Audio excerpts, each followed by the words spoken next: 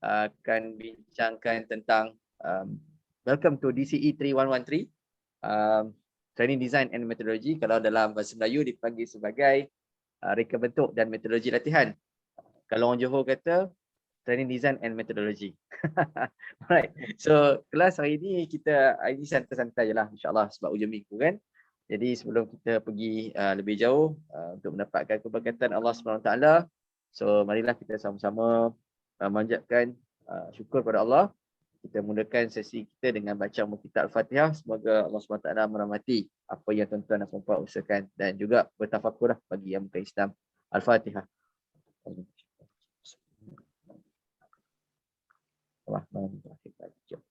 Ya, berdua ya kan Islam.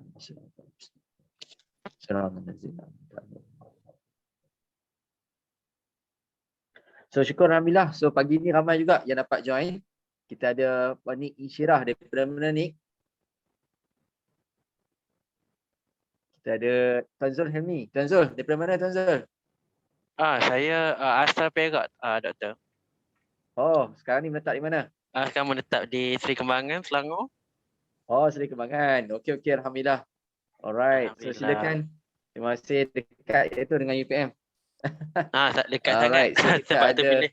dekat sangat. So Seri Kembangan dekat mana tu? Dekat Taman Queen? Ya, betul. Kerja pun dekat IOI ni je. Oh, dekat belakang ni je. Alright. Okey, selamat perkenalan saudara Zul. Perkenalan. So, kita ada saudara Al-Arifi. Arifi di mana Arifi? Selamat pagi doktor semua. Saya dekat. Selamat pagi. Daripada mana Saya dekat Shah Alam tapi saya kerja kat Ceras. Okey. Shah Alam section berapa tu? Section 15. Section 15 Shah Alam.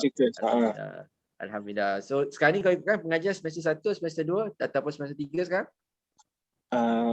Ada yang dah semester 6 lah. Dia semester 6. Maknanya I see. Baik, insyaAllah. No problem. Semester 1 ke 2 ke 6 ke, no problem. InsyaAllah. Pembelajaran tetap diteruskan. Alright. So terima kasih Tuan Al-Arifi. Kita ada Jelson. Khabar Jelson? Terima kasih. Sama, terima kasih. Kita ada Deva. Ya, Jelson, silakan. Selamat pagi, Doktor. Selamat pagi, Jelson. Saya Jelson, berasal dari Kudat Sabah dan sedang bekerja di Sandakan Sabah lah sekarang. Okey. So boleh kalau kau. Terima kasih. Terima kasih kerana sudi datang dari seberang. Terima kasih Saudara Jason. Kita ada Deva. Deva ada kat sini. Hai doktor, selamat pagi. Hi, how are you? Selamat pagi Deva. I'm fine, thank you. Daripada mana Deva? Daripada Perak. Ya, menetap di mana sekarang? Sekarang dekat Subang, Selangor. Oh, Subang, Selangor. So kita thank you very much Deva. Kita ada 2 orang nak Perak ya. Ada Deva, ada Zul. Okey, terima kasih. Terima kasih Deva. Ada kawan dah Zul ada kawan dah pagi ni. Kita orang always doktor daripada few years lagi. Oh ya ke, bagus. So you into each other lah kan. Bagus. Alhamdulillah. Yes. So, good. Bagus. Okey, so kita ada saudara Amir Bahtiar. Ya doktor. Amir Bahtiar ada. And then kita ada Sasi. Ya Amir, daripada mana Amir? Siaran daripada mana? Daripada Port Dickson, Negeri Sembilan. Port Dickson Negeri Sembilan. Apa khabar Port Dickson hari ni? Oh baik. So Port Dickson sibuk tiap minggu Jam. Jam. Tapi baguslah untuk orang mega Alright, thank you very much Tuan Amir. Kita ada Sasi. Selamat pagi doktor. Selamat pagi doktor. Hai, selamat pagi. Daripada mana Sasi? Saya asal dari Perak, sekarang menetap di Seremban doktor. Oh, menetap di Seremban. Ramai nak Perak ni. Alright, selamat berkenalan Sasi, orang Seremban, menetap di Seremban. And then kita ada Hafizayati, Nur Al-Hafizayati. Saya nak sebut Yati ke? Fiza. Boleh doktor. Panggil Fiza. Okey, boleh, Fiza doktor. nama manja. Okey, Fiza, daripada mana Fiza? Assalamualaikum doktor, selamat pagi. Selamat pagi. Daripada mana Fiza? Saya daripada Johor doktor. Oh, JDT. Which part of Johor? Dekat Keluang. Oh, Keluang. Mana lebih sedap? Kopi television ke kopi railway? Of course, Betul kopi betul saya. railway. Oh, railway lebih sedap Hafiza Hello, doktor. Oh, railway lebih sedap Lain. Ya, betul. Okey. Tu nak tanya orang Keluang ni apa beza kan cat television dengan railway kan. Right, saya pernah pergi kilang dia dekat. Lain tak, sorry. Saya pernah pergi kilang. Tak apa, it's okay. Saya pernah pergi kilang dia di Keluang, kilang cap television. Ya, Tapi betul. okey lah, not bad. Tapi dia kata railway lagi sedap. Okey lah, nanti Betul. sampai ke Keluang nanti saya Roger Fiza lah. InsyaAllah. Boleh. Okey, terima kasih Fiza. And then kita ada Ya, Nilan. sama-sama, doktor. Nilan Semugom. Ada Nilan di sini. Alright, kita ada Wan Muhammad Syahimi. Syami kat mana Syami? Ya, doktor, Nilan. Nilan. Daripada mana Nilan? Maaf, sedang driving. Baru habis tak kerja apa. di rumah. Hati-hati bawa kereta tu. Di mana sekarang ni? Dekat Port Dickson. Port Dickson. Oh, ramai dua orang Port Dickson sini. Okey, tak apa. Bawa kereta dulu Nilan. No problem. Okay, thank you. Okey, hati-hati bantu. And then kita ada Muhammad Syahmi. Ya, Syahmi. Daripada mana Syahmi? Pada Sepang tu. Saya Ya, daripada mana? dari Sepang. Oh, Sepang. Sepang dekat mana tu? Dekat Syahmi. Amsterdam. Dekat Oh, Bandar Estek. Okey, dekat ke Bandar Estek. Dekat kamu Jijan ya? Ya betul. Okey. So banjir kawasan Labu Lanjut Lama-lama banjir tapi dekat estate tempat saya duduk ni tak banjir lah, selamat. Okey. Dia selalunya jalan yang nak ke Akap tu ada sungai tepi jalan kan? Selalu naik kan air. Ya betul doktor. Okey. Alright. Terima kasih Syami. And then kita ada Zaiti. Zaiti ada? Ya, doktor. Oh, semangat. Dekat mana Zaiti? Saya pun sama dengan Syami, ada di Bandar Instead. Saya bekerja Bandar di Instead. KLIA. Okey, selamat perkenalan. So di KLIA sebagai apa? Saya bekerja sebagai custom kat sana. Okey, saya ada student saya, Mona Liza. Oh, Ada saya lagi kenal. tak, Puan Mona? Kenal. Dia bos Mona saya. Liza Mirawati. Dia bos saya. Oh, ya ke? Kau sampaikan salam pada dia. InsyaAllah. Sampaikan salam pada dia. Kata Dr. Mursyid. Dr. Mursyid kirim salam. Okey, insyaAllah, doktor. Alright. Okey. Dia masih lagi kan di KLIA kan? Ya, masih lagi. Okey, alright. Kita sampaikan salam saya pada dia. Kata Okey, Dr. Mursyid kirim insyaAllah. salam. InsyaAllah. Dia student saya, student master saya. Ya, tahu.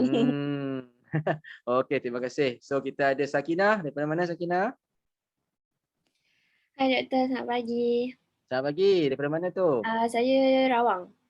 Oh, daripada Rawang Selangor. Okey. So asal memang orang Selangor? Betul. Alright. Oh, ni memang anak Selangor ni. InsyaAllah saya baru selesai kajian dasar Belis Selangor ni. InsyaAllah nanti kita kongsikan dengan anak Selangor. Alright, terima kasih. So kita ada Syira. Syira Noh. Assalamualaikum doktor. Waalaikumsalam warahmatullahi. Saya Syira daripada Sempurna Sabah doktor. Sempurna Sabah. Oh, ada dua orang sempurna di sini ya. So Syira bekerja sebagai apa? Kalau tengok uniform ni pakai baju APMM ni. Ya betul doktor. Oh, okey. Berkhidmat di mana tu? Di kawasan mana? Di camp mana? Berkhidmat di Kota Kinabalu Sabah. Oh, jauh tak sanakan dengan Kota Kinabalu? Sempurna dengan Kota Kinabalu lebih kurang 600 km lah doktor. Boleh tahan juga 600 km di Sabah, bukan macam 600 km di ini ya. Dia mau juga satu hari perjalanan ya. Iya betul. Alright. Mantap. Tahniah. Okey, kita ada kawan kita daripada APMM. Thank you very much. Dan kita ada saudara Kadir. Khabar saudara Kadir? Assalamualaikum doktor. Khabar baik. Waalaikumsalam. Daripada Kota Baru Kelantan doktor. Kerja dekat Terengganu sekarang. Oh. Orang Kota Baru kerja di Terengganu. Dekat mana Terengganu ni Tuan Kadir? Terengganu dekat Setiu doktor. Oh, bunyi keluar dah. Oh, dia set kawan tak? Itu je. Okey. Kalau segera dah keluar tu, jangan main-main. Okay, thank you so much Tuan Kadir, insyaAllah. Sama-sama Alright, doktor. so saya yakin dan percaya dekat sini ada lagi kawan-kawan kita yang tak dapat mengikuti secara dalam talian. Dia mengikuti secara online ataupun mungkin rakaman. Jadi tak apa, it's okay. Saya doakan semua saudara-saudari, tuan-tuan dan puan dalam keadaan sihat, sihat walafiat insya-Allah. Okey, untuk hari ini saya akan brief dulu sebentar lalu apa yang kita akan cover lah. Okey, apa yang kita akan cover di dalam kursus kita iaitu DCE 3113 insya-Allah. Okey, jadi saudara-saudari, tuan-tuan dan puan, kalau tengok di ruangan chat saya ada kongsikan sekali lagi link berkenaan. Nampak dah Wan Syami ya? Wow, okey, thank you very much buka kamera. Thank you very much. So semangatlah sikit saya kan, ada orang buka kamera kan. Kalau tak buka kamera, saya pun tak tahu, takut internet terputus. Okey, alright. So saya ada kongsikan di ruangan chat ruangan chat. Nanti bila klik saya akan kongsikan lah macam mana nak klik tu kan. So nanti bila tuan-tuan dan puan klik link tu, nanti dia akan keluar yang ni. Betul tak? Kan? Dia akan keluar yang ni Nampak tak dekat skrin masing-masing? Nampak doktor, dah download. Nampak dah download dah, alhamdulillah. So kalau yang first time nak gunakan Padlet ni, saya tunjuk sekali lalu dah cara nak downloadnya kan.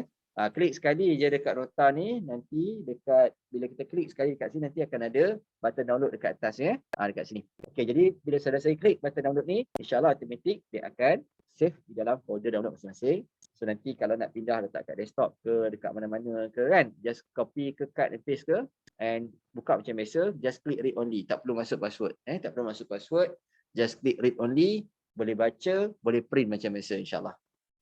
Okey, jelas tak penjelasan saya? Ada yang kat sini yang tak biasa guna Padlet? Semua dah biasa guna Dah pelajar tahun 6 kan, SEM 6 dah kan? Tak biasa doktor, tapi biasa kan. Oh, ya ke tak biasa? Tak apa. Saya tunjuk sekali lagi kalau yang tak first time klik sekali lagi dekat sini. Mana-mana skrin yang kita mana-mana nota yang kita nak ambil. Ini dekat atas ni ada button download kan? Okey, so klik button download di sini, automatik dia akan save di dalam folder download. Nanti kalau saudara-saudari nak pindahkan letak kat desktop ke DKI ke, boleh cut and paste atau copy and paste macam biasa. Nanti bila nak buka, just klik read only Tak perlu klik masukkan password. Just klik read only, boleh baca, boleh print macam biasa insya-Allah.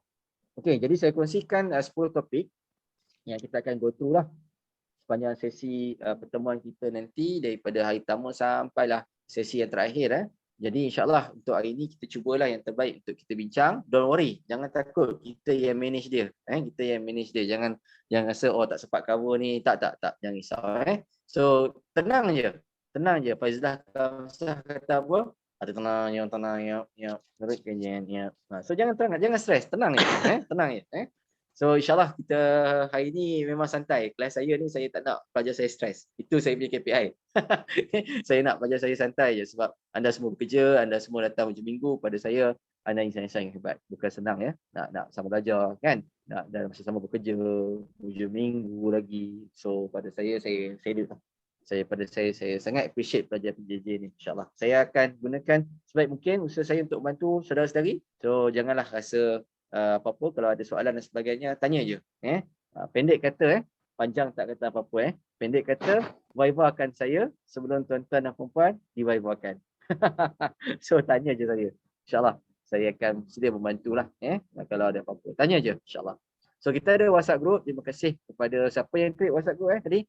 Kadir Zul. Tuan Kadir. Terima kasih Kadir Terima kasih Tuan Kadir.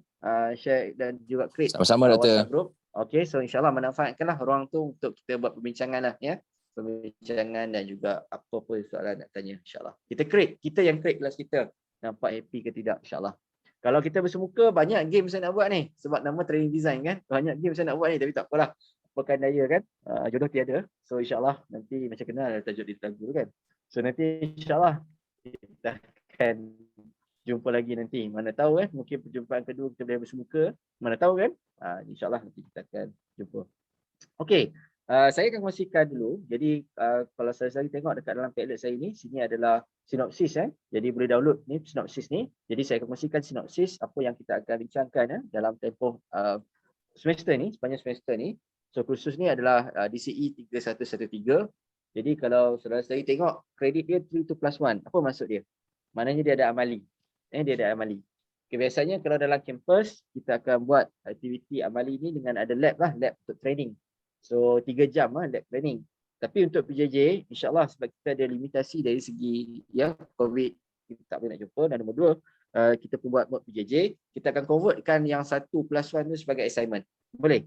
Saya convertkan yang +1 tu sebagai assignment, jadi tak perlu lab. Lab kita adalah lab yang saudara-saudari sendiri yang berada di lapangan lah, di tempat kerja masing-masing, dan gunakan case study di tempat kerja masing-masing tu untuk tujuan amali. Boleh? Setuju tak dengan saya? Saya mudahkan. Boleh? Boleh, Doktor. So maknanya tak kisahlah dekat custom ke, dekat APMM ke, berniaga ke, apa ke, so boleh gunakanlah tempat konteks kajian masing-masing untuk amali tu. InsyaAllah. So kita bantulah yang mana kita boleh bantu. Okey, jadi dari segi apa yang kita akan belajar nanti, kita akan fahamlah dari segi konsep, teori, amalan dalam kita mereka bentuk latihan ni. Sebab komponen penting dalam HRD ni kan, salah satunya adalah training and development. So penting tu. So ingat lagi tak, HRD ada berapa angle? Ada empat angle utama. Apa dia? Ingat lagi tak? Siapa ingat lagi? Pertama kita ada apa? Training and development, betul? Kan? Yang kedua kita ada apa? Ingat lagi tak? Kita ada career development, kan? Dan yang ketiga kita ada organizational development. Dan last sekali adalah community development. Ingat tak? Kalau tak ingat, tolong catat.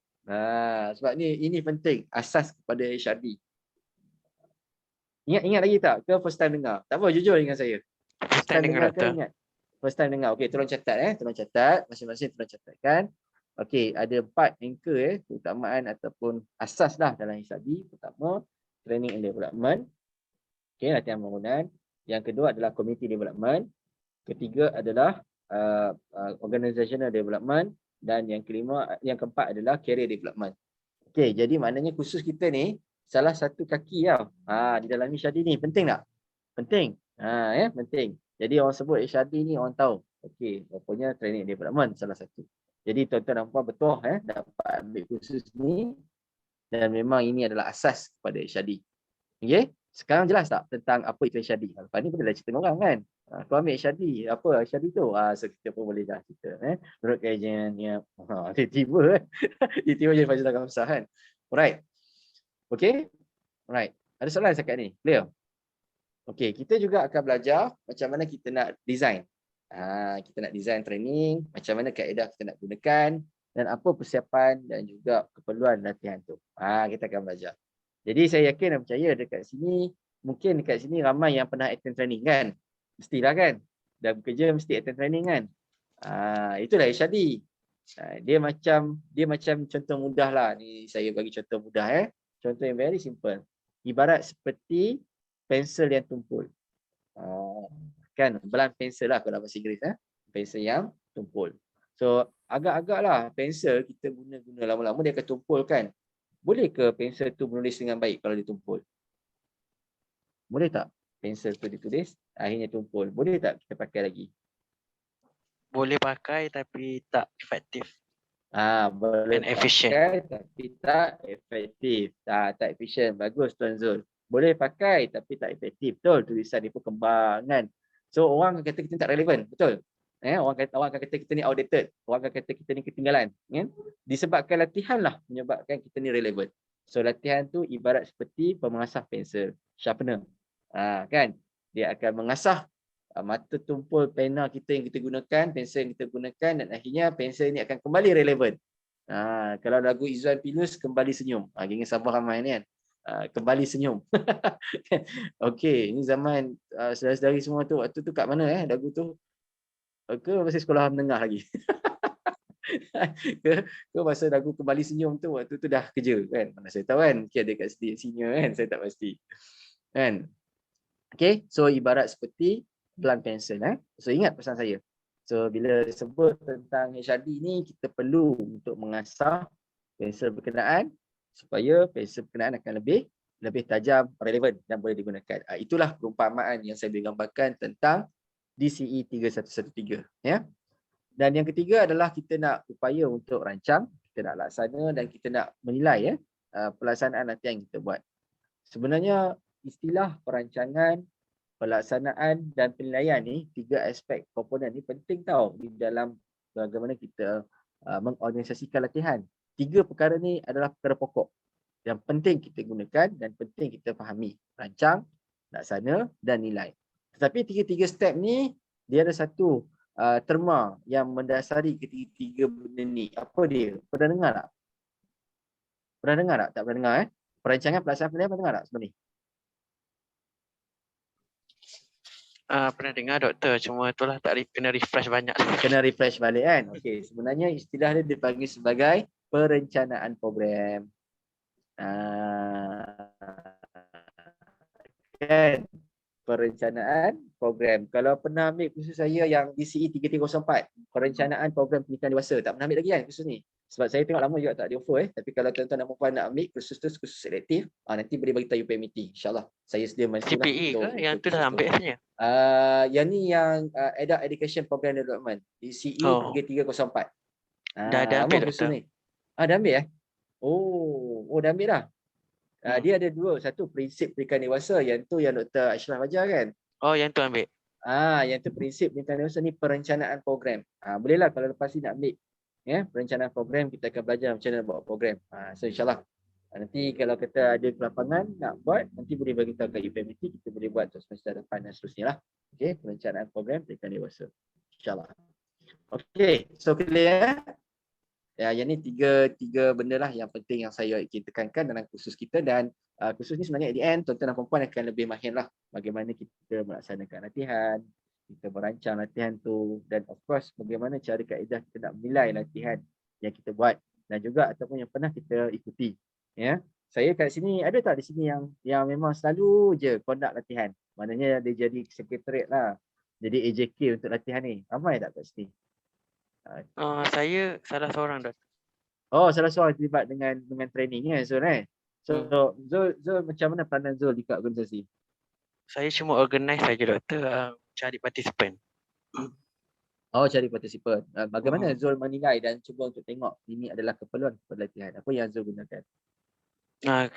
Kita kena identify dia punya end user lah, tapi basically bila kata dia dah develop satu program tu, kita dah develop sekali program tu untuk siapa kan.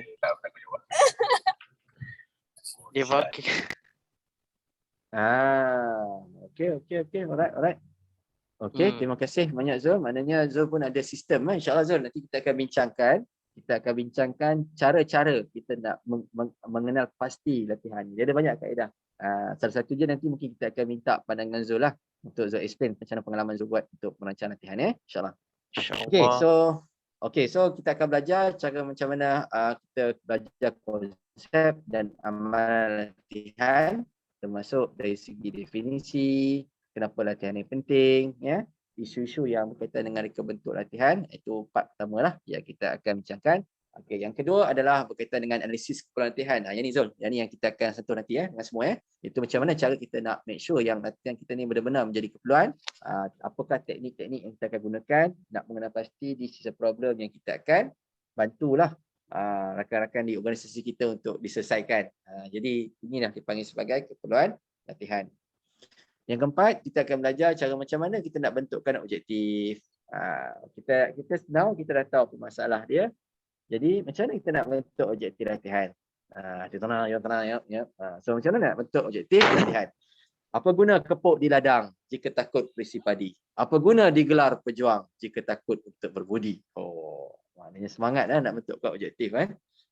Jadi objektif ni nanti kita akan susun. Okey, kita akan susun dan kita akan bentukkan. Okey. Kemudian kita akan belajar cara macam mana kita nak melaksanakan latihan berkenaan, mana kaedah apa yang kita nak gunakan, teknik, strategi, pendekatan yang kita nak gunakan. Kita akan belajar dalam topik ini. Kemudian kita akan belajar cara macam mana kita nak bentukkan konten latihan. Apa yang sebenarnya konten yang diperlukan dalam latihan. So kita akan belajar dan kita juga turut bincangkan tentang alat bantu latihan. Alat bantu latihan ni contohnya peralatan-peralatan. Peralatan itu tak semestinya secara fizikal. Dia tak sebenarnya infrastruktur, tetapi juga turut merangkumi infostruktur. Tolong catat.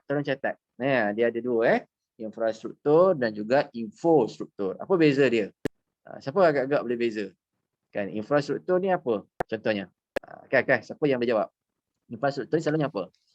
Fasiliti ke tempat dia punya latihan? Fasiliti. Bagus, fasiliti bilik, apa lagi? Laptop, flip chart, apa lagi?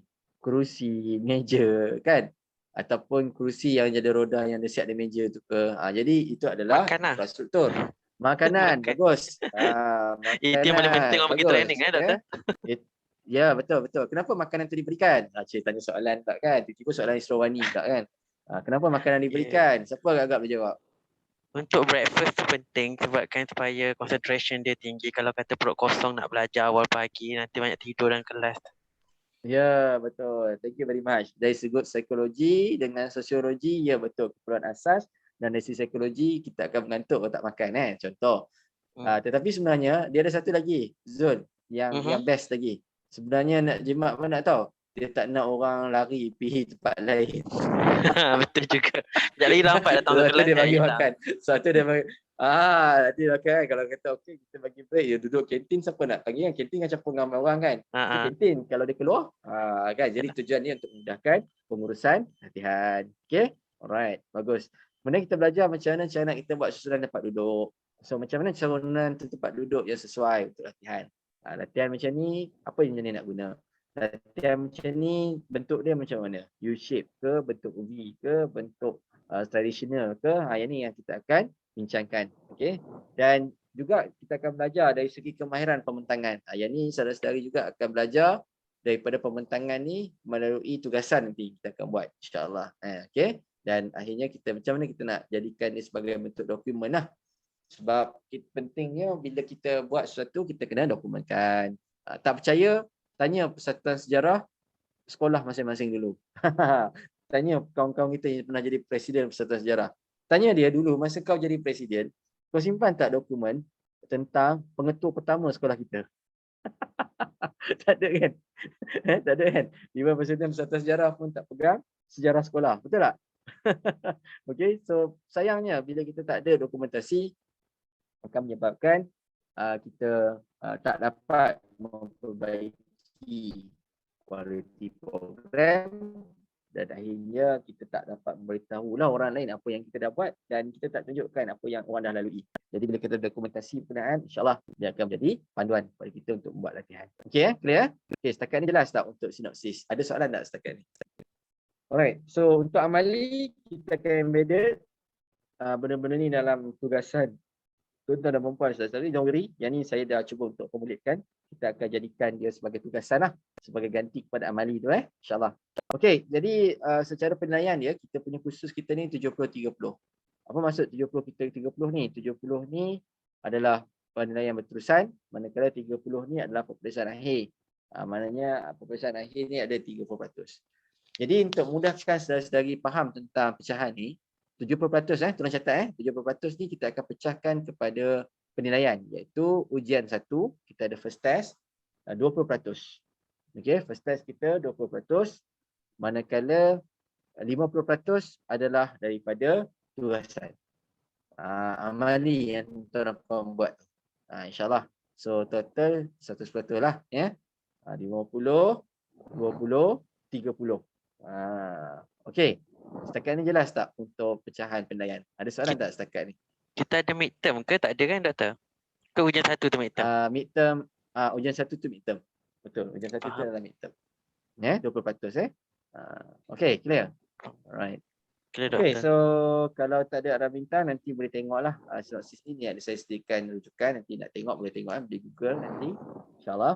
Okey, so kalau dah okey, kalau dah clear, saya akan kongsikan dengan tuan-tuan dan puan-puan untuk kita punya nota lah. Okey, nota kita untuk topik 1 ni insyaAllah. Okey, so kalau dah download masing-masing, kita boleh gunakan dan yang mana yang tak sempat nak download lagi, don't worry, boleh tengok dekat skrin yang saya kongsikan insyaAllah. Okey, kita buat exercise sikit pagi ni boleh? Kita buat exercise sikit pagi ni, tuan-tuan dan puan-puan saudari. Okey, kita boleh on mikrofon boleh? On mikrofon, yang mana boleh on kamera, on kamera. Kita buat aktiviti sikit pagi ni, boleh tak? Kita buat sama-sama yang mana tak available untuk on kamera tak apa, no worry. Macam okey. Okey. Alright, so kita buat aktiviti sama-sama. Boleh tak? Kita nak sebut, bila saya sebut hello, sebut hi, boleh? Okey, boleh. Okay, saya sebut hello, sebut hi Alright, get ready. Hello. Hi. Hi. Semangat, lagi semangat. Hello. Hi. Hello, hello.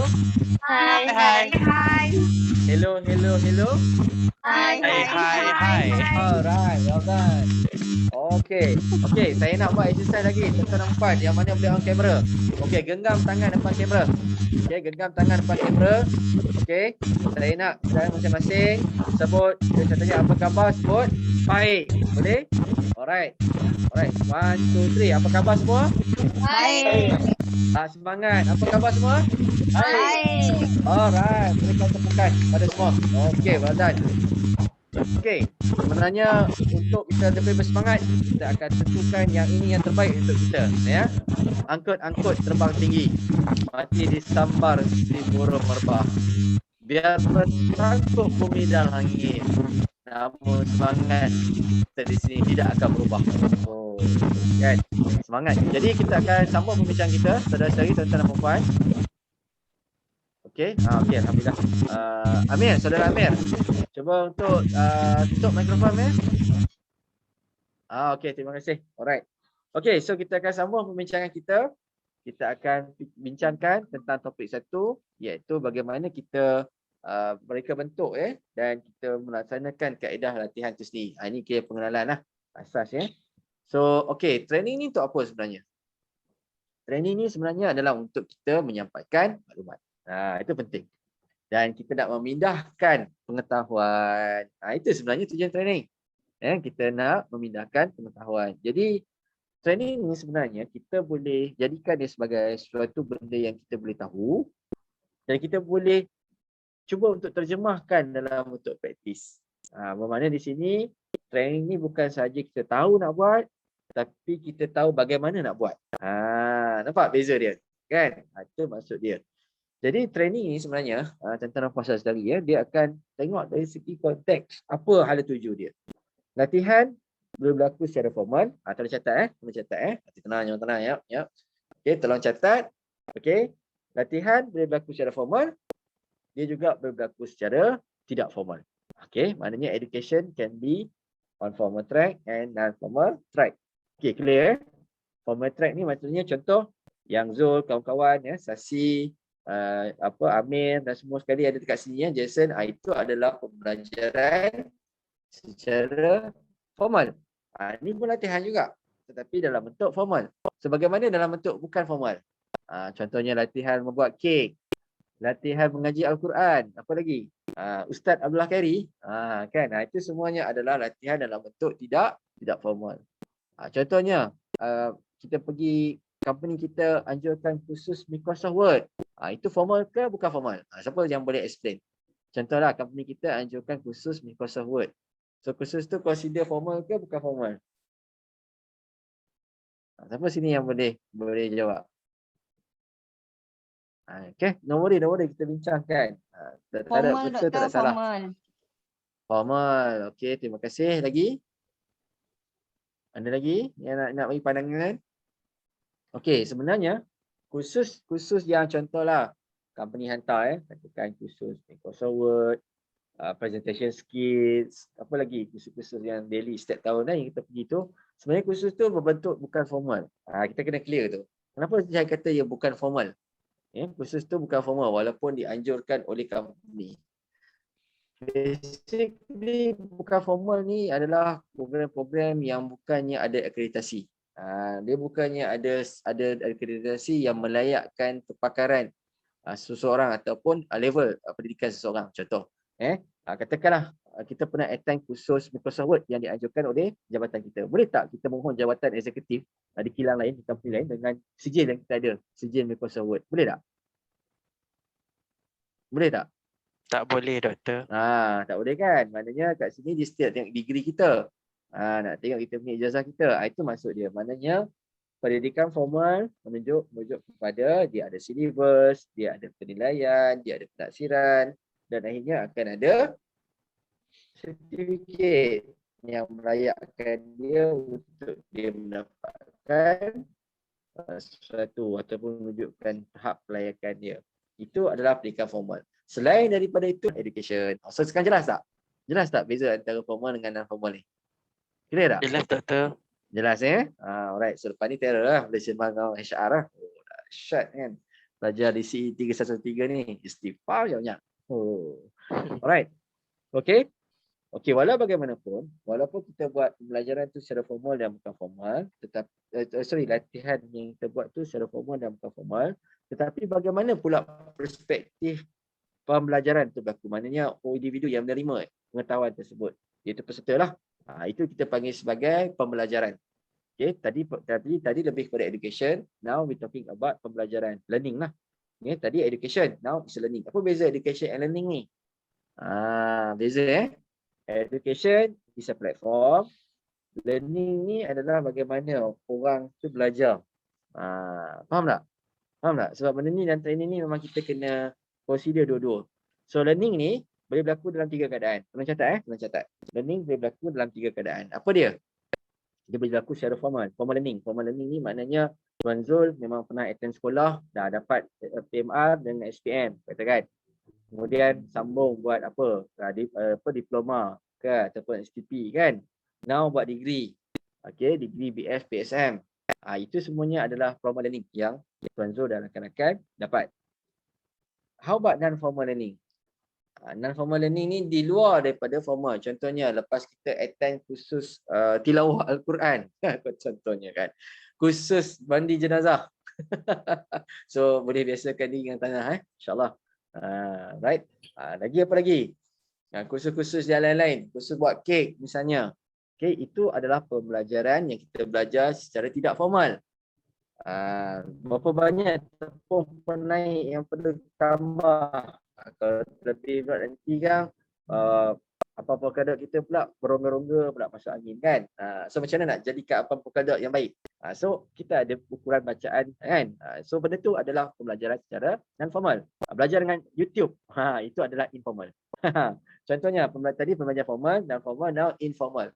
Pembelajaran informal ni adalah pembelajaran yang berlaku selain daripada formal dan bukan formal, iaitu pembelajaran kendiri.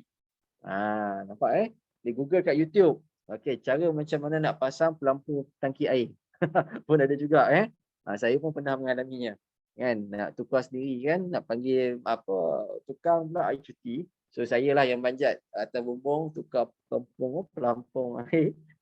Kan. So Google lah cara macam mana nak buat kan. So berjaya lah. Itu adalah pembelajaran informal. Okey. Lepas tu saya terror lah. Macam tu lah. Maknanya kita lalui pengalaman tu dan kita belajar. Dan pembelajaran informal ni tak semestinya berlaku kita sendiri yang mengalaminya. Contoh kan, Zul Helmi pernah berjalan langgar tiang. Aduh sakit. So agak-agak saya berlalu jalan tu saya akan hati-hati tak? Kan, sasi kan, naik motor kan. Tiba-tiba terbabas kan, Azul? Macam mana? Betul Azul? Betul. Kan, jadi contoh belajar daripada kan, pengalaman Zul, orang lain Ya, betul. Kita belajar daripada pengalaman orang lain.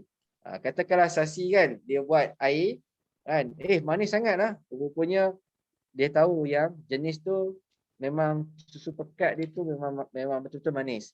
So, dan kali kalau pakai brand tu kita tak perlu bubur banyak, bubur sikit je. Macam itulah. Kan, itu adalah benda yang secara tidak formal kita belajar. Okey. Benda ni, tiga-tiga benda ni sebenarnya berkait dengan hidup kita. Okey, dia berkait dengan hidup kita. Okey, clear? Ada soalan tak setakat ni? Jelas tak? Dah adakah ini nak jadi macam you all? Nak jadi Simon Sinek? Nak jadi Fajilah Kamsah? Tenang, ya. Kan? Menurut kajiannya. So nak jadi Ustazah Bahiyah? Manisnya kurma ini? Kan? Okey. Itu semua adalah trainer-trainer motivasi. Adakah you all akan jadi macam ni? InsyaAllah. Khusus ni bukan jadi orang macam ni. You akan jadi orang lebih hebat daripada ni. InsyaAllah. Jadi trainer yang hebat. Ya. Angkut-angkut terbang tinggi. Mati disambar resi burung berbah. Biar bertangkut bumi dan langit. Namun semangat kita di sini tidak akan berubah. Okay? Alright. InsyaAllah kita akan belajar sama-sama. So, bila kita tahu tentang konsep latihan yang macam saya explain tadi lah. So, now macam mana kita nak reka bentukkan dia? Kita nak design. Design ni sebenarnya adalah proses yang bagaimana kita akan gunakan kepakaran trainer kita untuk merealisasikan pelaksanaan dia. Dan of course sebagai training designer ataupun training provider ni, dia kena faham konsep latihan ni mesti step by step. Dia tak boleh terus longkah, tak boleh. Kan contoh macam nak buat kek kan. Okey, kita belajar cara macam mana nak ayak tepung kan. Tahu-tahu tiba-tiba tu belajar nak masuk oven. Mana boleh kan. Stres dah, tak jadilah kan benda tu. Kena belajar cara nak ayak tepung, nak undi tepung. Banyak mentega nak masuk. So benda-benda tu adalah step by step. Kita tak boleh langkau. Tak boleh langkau. Okey, ibarat nak cucuk duit kat ATM lah. Kan? Nak masuk ATM first kali kena buat apa? Kena cucuk kad dulu lah kan? Ni tiba-tiba nak tekan nombor PIN. Mana duit nak keluar? Tak boleh. Kena letak kad dulu. Okey. Itu maksud dia. So sebut pasal ATM lah hujung bulan Oh, tak sabar menjawab awam hari Ahad je kan. Isnin. Oh, gigil tunggu kan. Okey.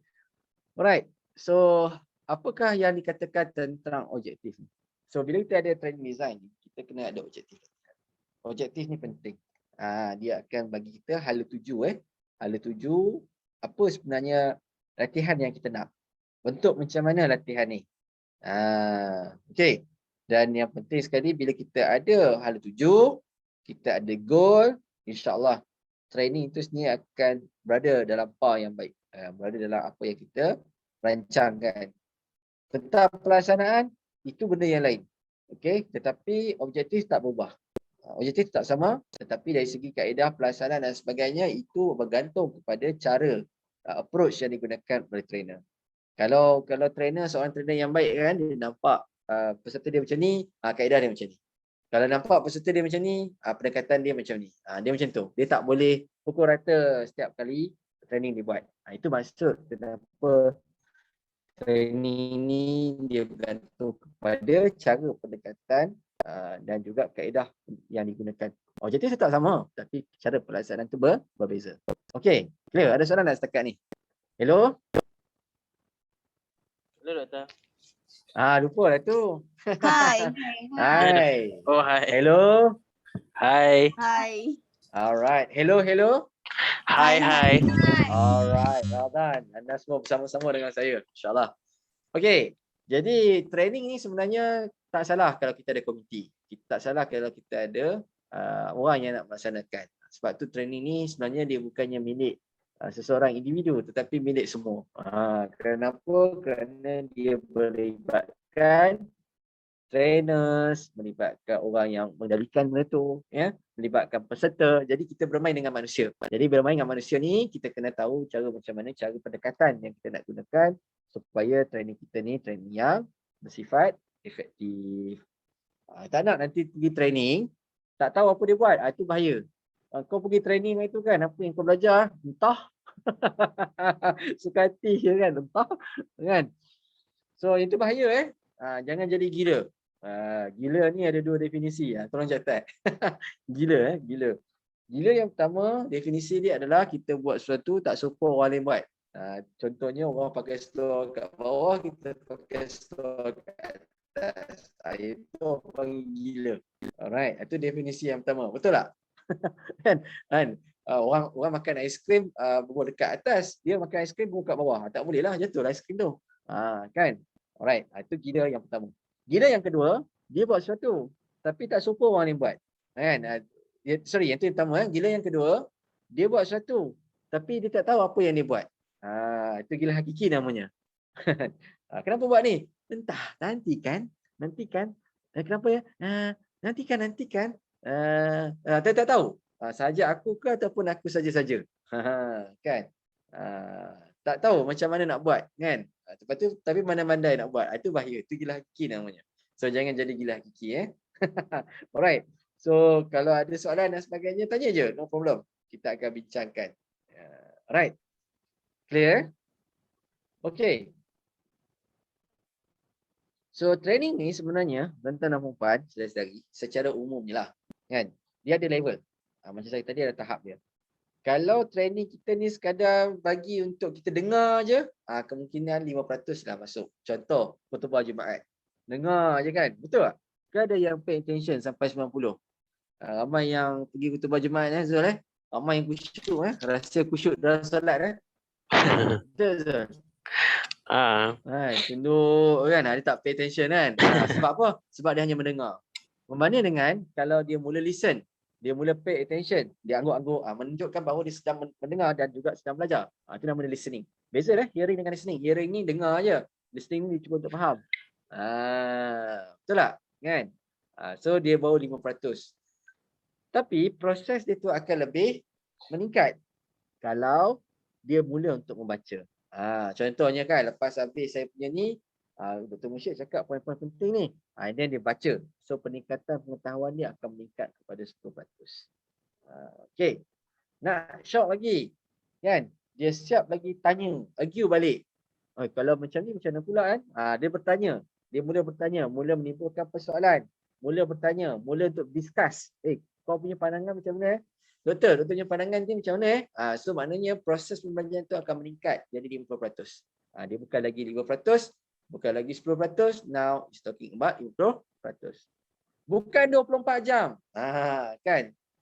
So maknanya sekarang ni dah boleh buat. InsyaAllah.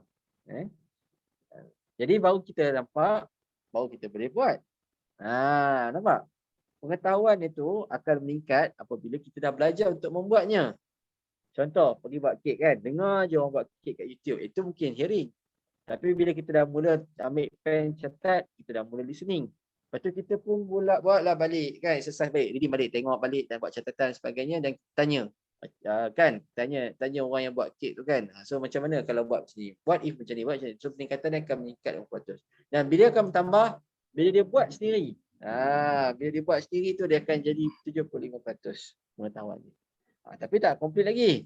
Bila dia boleh explain dan cerita pada orang lain, dia boleh ajar pada orang lain, maknanya pengetahuan dia dah meningkat 90%. Dia dah ada kemampuan dah untuk dikongsikan kepada orang. Nampak tak dekat sini? Flow dia.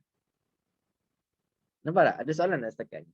Ini flow-flow bentuk soalan atau bentuk-bentuk training yang kita boleh buat. Okey. Setakat ni ada soalan? Ada soalan tak setakat ni? Jelas tak? Tak ada doktor, jelas. Jelas Alright. Okey. InsyaAllah. Kalau ada soalan tanya Okey. Jadi macam mana saya nak murnikan pembincangan tadi? Dia akan jadi bila dah confirm pembelajaran tu berlaku. Okay, of course lecture ni mungkin is the lowest punya ranking lah. Hanya dengar, so mungkin dia less than 10%. Tapi macam saya kata tadi, bila kita dah mula membaca, dia akan meningkat. Bila dia boleh visualize benda tu. Kan dia boleh menggambarkan benda tu. At least dia boleh bagi tahu idea dia dan meningkat 20%. Bila dia demonstrate, dia buat tu 30%. Bila dia mula discuss, 50%.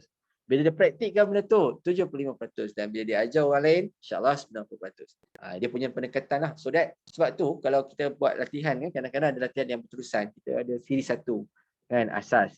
Siri 2 pertengahan. Siri 3 advance. Betul tak? Kan ada setengah kursus macam tu kan. Kursus asas, kursus intermediate dengan kursus advance. Kan? Sebab apa? Sebab cara pendekatan yang digunakan di apply learning pyramid ni. Mungkin untuk advance tu lebih kepada aplikasi lah berbanding dengan tahap 1 lebih kepada content. Okey, pengetahuan untuk dipindahkan. Okey, clear? Jelas? Ada soalan tak? Clear? Alright, kalau soalan tanya je, no worry Okey, ini adalah 8 langkah untuk kita pastikan training kita ni efektif. Kita ada 8 langkah yang kita pastikan dia adalah efektif.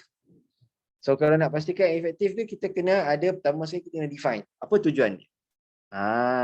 Apa tujuan latihan dan siapa yang akan terlibat. Saya akan memastikan kan itu adalah fokus tu. Dia nak bagi tahu tujuan dia. Harga minyak seluruh Malaysia turun. Itu semuanya adalah tujuan lah. Sebab dia nak target siapa audit dia. Betul? So inilah teknik cara pendekatan macam mana kita nak buat kan. Saudara, janganlah rasa begitu saudara. Kan? Ini penting untuk memacu. Itu semuanya adalah fokus tu. Macam kenal kan ayat tu kan. Okey? Itu adalah langkah 1. Langkah 2, bila kita dah mula apa, nak pasti apa yang sebenarnya peserta nak. Kita dah determine apa yang participant nak. Kan? So bila kita dah determine apa yang peserta nak, Jadi kita tahu apa sebenarnya yang kita boleh lakukan. Kita boleh buat survey, kita boleh buat online survey melalui telefon. Apa lagi? Kita boleh dia orang bagi pandangan, feedback kan secara dalam sosial media ke, ataupun daripada pandangan bertulis, ataupun kita bersembang dengan mereka. Benda-benda ni semuanya adalah cara macam mana kita nak dapatkan maklumat apa yang sebenarnya diperlukan oleh peserta. Kalau kita dalam organisasi kan, waktu ni lah waktu sesuai untuk kita berbincang, bersembang kan, kita dapatkan apa sebenarnya yang berlaku. Okay, kita define purpose, kemudian kita tengok apa yang diperlukan oleh informan kita, partisipan kita. Okay, 2 step. Okay, step ketiga, baru kita tentukan objektif. Baru kita tentukan matlamat. Apa objektif dia? Macam mana bentuk pendekatan yang kita nak gunakan nanti. So dia akan bergantung kepada objektif kita. Objektif ni akan menentukan jenis pendekatan kaedah yang kita gunakan nanti. Contoh mudah. Kalau kita objektif training kita buat adalah untuk memberi pengetahuan. So perlu tak digital? Perlu tak amal boleh respon ke sini? Perlu tak? Hello? Ada yang kat sini?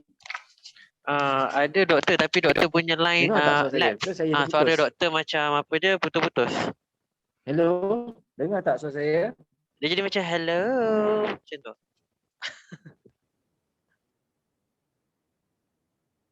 Oh, ya ke? Putus-putus. Okey. Saya ulang balik soalannya. Saya ulang balik. Oh, ya ke? Sekarang ni okey tak? Sekarang ni okey tak? Ke Okey masih lagi balik. problem?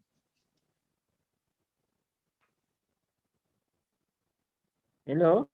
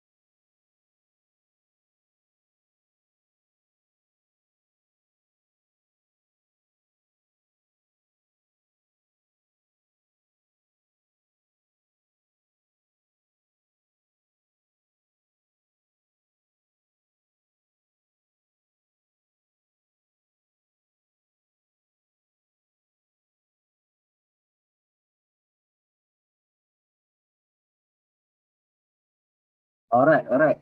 Alhamdulillah. Baik. Aduh. Internet problem tu lah pagi ni. Saya tak tahu sebab apa dia problem lagi kan. Pagi ni tak apalah. Okay, insyaAllah mungkin cabaran jugalah untuk kita buat kesedaran talian kan. Okay, so kita boleh sambung perbincangan kita. Saya akan pastikan skrin dan saya akan sambung perbincangan kita yang tadi kita terhenti ya. Waktu kita nak bincangkan tentang macam mana kita nak mendefinisikan latihan itu sendiri. Okay, saya ulang balik ya. Kita mula daripada langkah 1 ya. Kita mula langkah 1, mula-mula kita kena pasti tujuan. Kena pasti siapa target audiens kita. Yang kedua, kita cuba mengenal pasti apa yang diperlukan apa yang diperlukan oleh peserta kita. Okay, target group kita. Seterusnya kita akan kenal pasti. Kita akan kenal pasti apa sebenarnya objektif. Okey, objektif matlamat latihan yang kita nak buat. Mana di sini yang kita akan tentukan bentuk latihan yang kita nak buat, objektif dia apa. Sebab contoh mudah kan, kalau kita nak buat latihan untuk memindahkan pengetahuan. Kalau latihan kita untuk memindahkan pengetahuan, agak-agak senang tak untuk kita buat objektif kepada objektif kita adalah pemindahan pengetahuan, tapi agak-agak latihan kita buat tu perlu amali tak? Perlu tak amali untuk latihan kita? Maknanya mungkin di sini tak perlulah untuk kita buat amali kan, sebab objektif kita fokusnya kepada pemindahan pengetahuan. Clear? Dan yang keempat, kita akan tengok dari segi outline. Maknanya apa konten latihan yang kita nak. So daripada objektif yang kita dapat, dari situ akan menentukan pengisian latihan kita.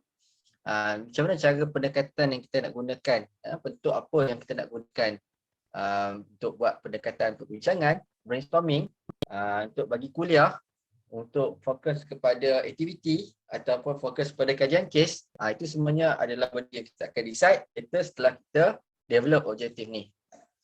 Okay, clear?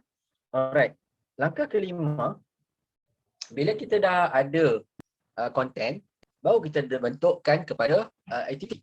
Sebab kita dah ada konten, kita ada pengisian, now kita nak bentukkan macam mana nak laksanakan, lebih kepada instructional activities. Okay, lepas step ni buat macam ni, lepas step ni buat macam ni, lepas step ni buat macam ni. Itu sebenarnya adalah cara kita nak developkan aktiviti lah. Setelah kita ada kerangka, kita dah ada konten, now macam mana aktiviti ni nak buat lah untuk mengisi konten tu. Kemudian bila kita dah settle benda ni, baru masuk langkah ke-6. Langkah ke-6 ni lebih kepada untuk kita bentukkan modul. Baru kita nak prepare macam mana kita nak tulis design yang kita nak buat ni. Macam mana pendekatan nak digunakan, siapa yang akan mengendalikan dia, apa pengisian dia, apa aktiviti-aktiviti yang nak dibuat. Waktu ni kita akan tulis benda tu supaya benda ni akan jadi rujukan dan akan jadi panduan lah kepada peserta untuk peserta gunakan. Okay, itu langkah 6.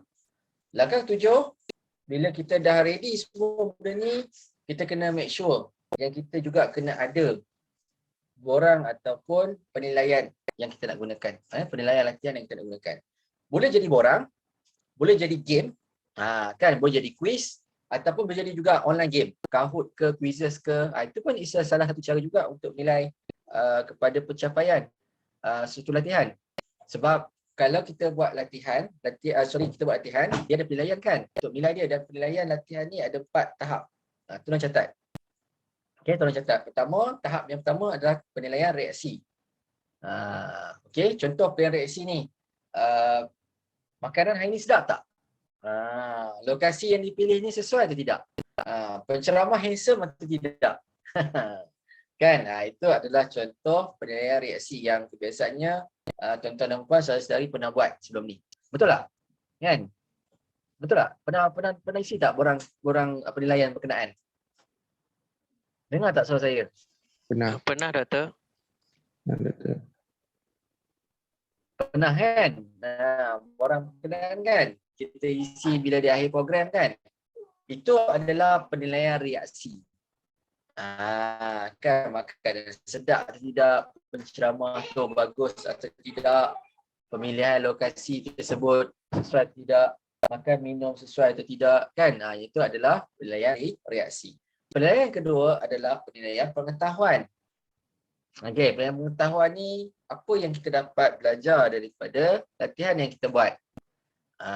Ni namanya latihan pengetahuan. Contoh selalu orang buat, dia ada pre-test dengan post-test. Pre-test maknanya sebelum mula latihan, okey, so apa level pengetahuan you tentang benda ni? So bila di akhir program, adakah you faham benda ni? Itu adalah contoh bagaimana kita buat latihan pengetahuan. Dan kebiasaannya latihan pengetahuan ni tak sebenarnya dalam bentuk borang, tapi juga dalam bentuk game, online dan sebagainya. Kahoot, pernah main Kahoot tak? Pernah tak guna Kahoot? Contoh. Siapa sini yang dah pernah guna Kahoot? Kahoot. Siapa di sini yang pernah guna Kahoot?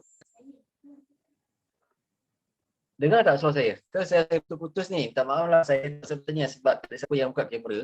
Jadi saya takut saya yang ada chat down, takut tak seorang-seorang shot sendiri. Dengar tak suara saya? Suara dengar doktor. Dengar doktor, dengar. Alright. Dengar tak suara saya? Hello tuan-tuan dan puan, dengar tak? Dengar doktor, dengar. Dengar Okey baik. Alright. Okey, terima kasih. Saudara saya terpaksa bertanya lagi sebab saya takut saya cakap saya takut saya cakap seorang-seorang. Kan dia saya tak nampak tuan-tuan dan puan. Jadi saya tak tahu, takut internet saya problem lagi kan. Okey, pernah tak guna Kahoot? Pernah tak guna Kahoot game? Pernah tak? Pernah ke tidak? Tak pernah doktor. Pernah doktor.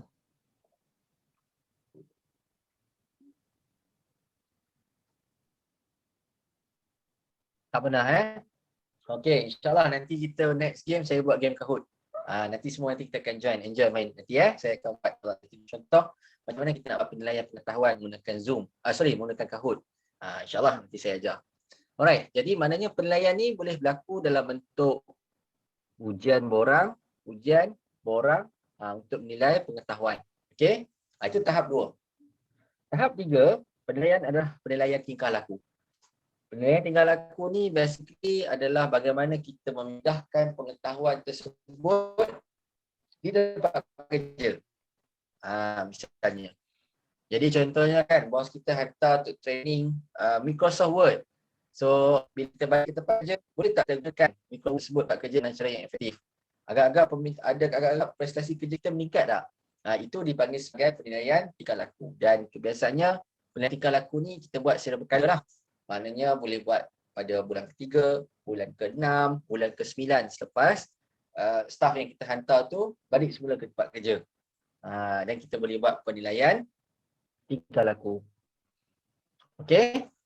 Itu adalah contoh macam mana kita nak buat penilaian, dan akhir sekali penilaian dia adalah penilaian hasil. Penilaian hasil ni output ni selalunya penilaian yang akan dinilai berdasarkan daripada return on investment. Apa return on investment ni? Maknanya of course company labur kan kita khusus mahal contohnya. Khusus executive training kan, ataupun manager training cost itu mahal. Tapi nak tahu sebenarnya dia tu balik tak dengan duit yang dilaburkan oleh organisasi dengan apa yang dia dapat. Basically kursus-kursus ni akan dinilai kalau kursus ni memang kursus yang memang mahal, yang memang high profile punya kursus. Dia akan tengok balance scorecard. Tapi kalau untuk kursus umum, dia tak akan sampai level ni. Dia tak akan sampai level 4. Level 4 ni basically dia akan ada penilaian daripada prestasi lah. Okay? Bukan saja prestasi, tapi dari segi return on investment. Okay, basically kursus-kursus managerial, kursus-kursus big boss ni, itulah sebab kursus memang mahal. Alright, and yang ke-8 adalah bagaimana kita follow up. Okay, follow up activities tu untuk event lah. Maknanya kita kena follow up dari segi progression.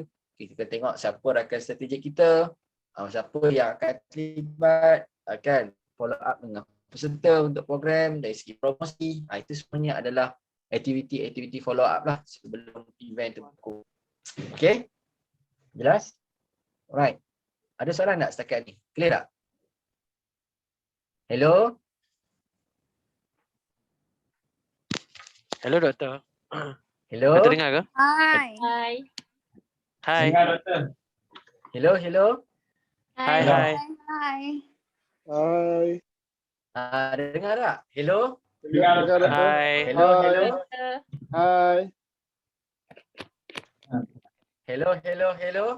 Hai. Hai. Alright, thank you very much. Thank you very much. Alright. Okay. So kita ada sikit lagi.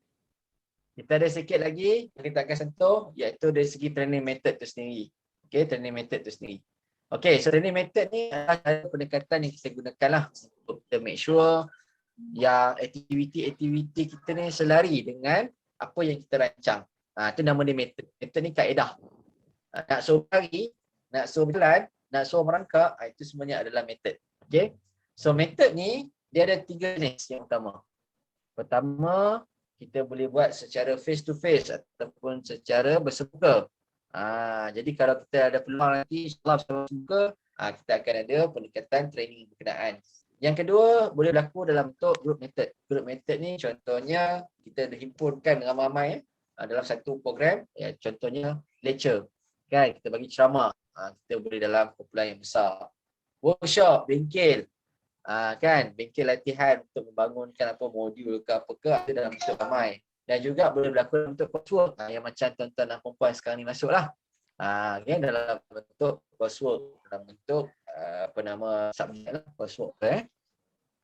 Dan juga proses pembelajaran tu juga boleh berlaku dalam bentuk yang lebih besar, dalam bentuk MAS. Selalunya kita boleh gunakan social media lah, seperti YouTube, Facebook, TikTok, Instagram, Twitter, kan, ataupun guna radio, guna TV.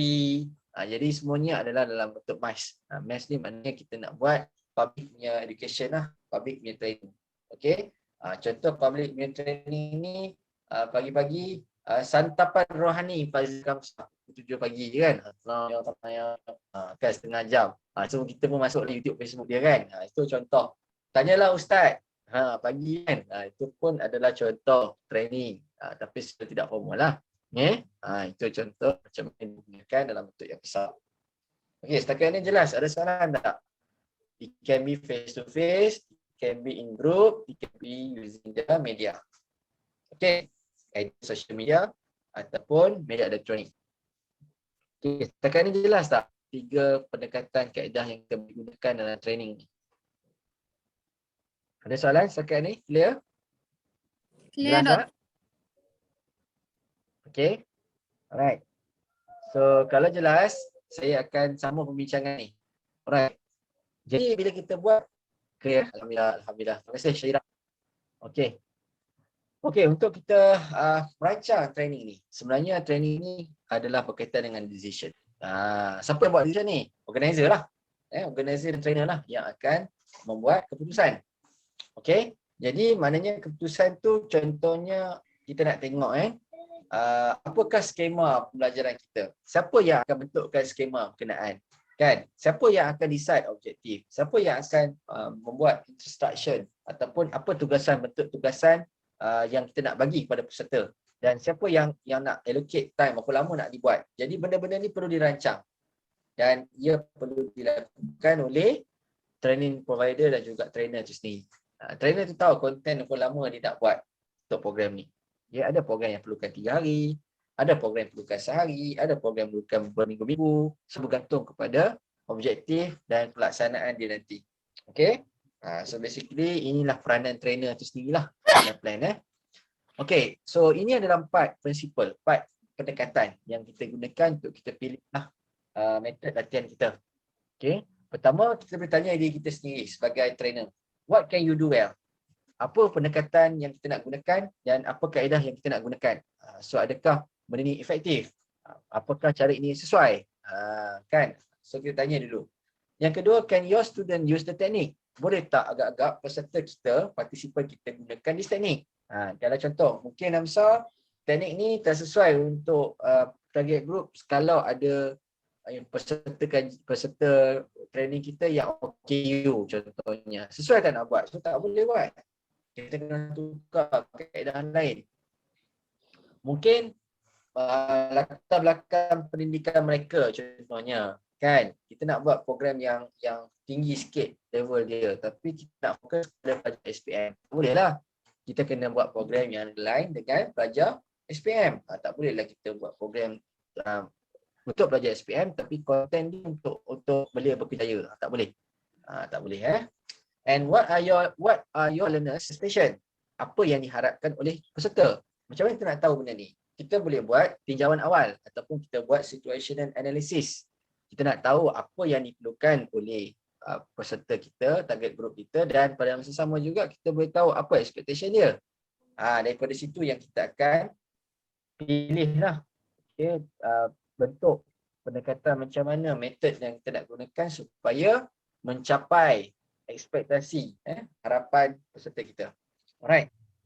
Dan akhir sekali, apakah dari segi physical restraint? Physical restraint ni maksud dia contohnya kan, mungkin ruang bilik tu kecil. Mungkin dewan yang dibagi kepada kita tu dewan bertingkat-tingkat. Orang Negeri Sembilan kata pun bertingkat-tingkat kan. Bertingkat-tingkat. Tersesuai juga untuk kita buat aktiviti latihan.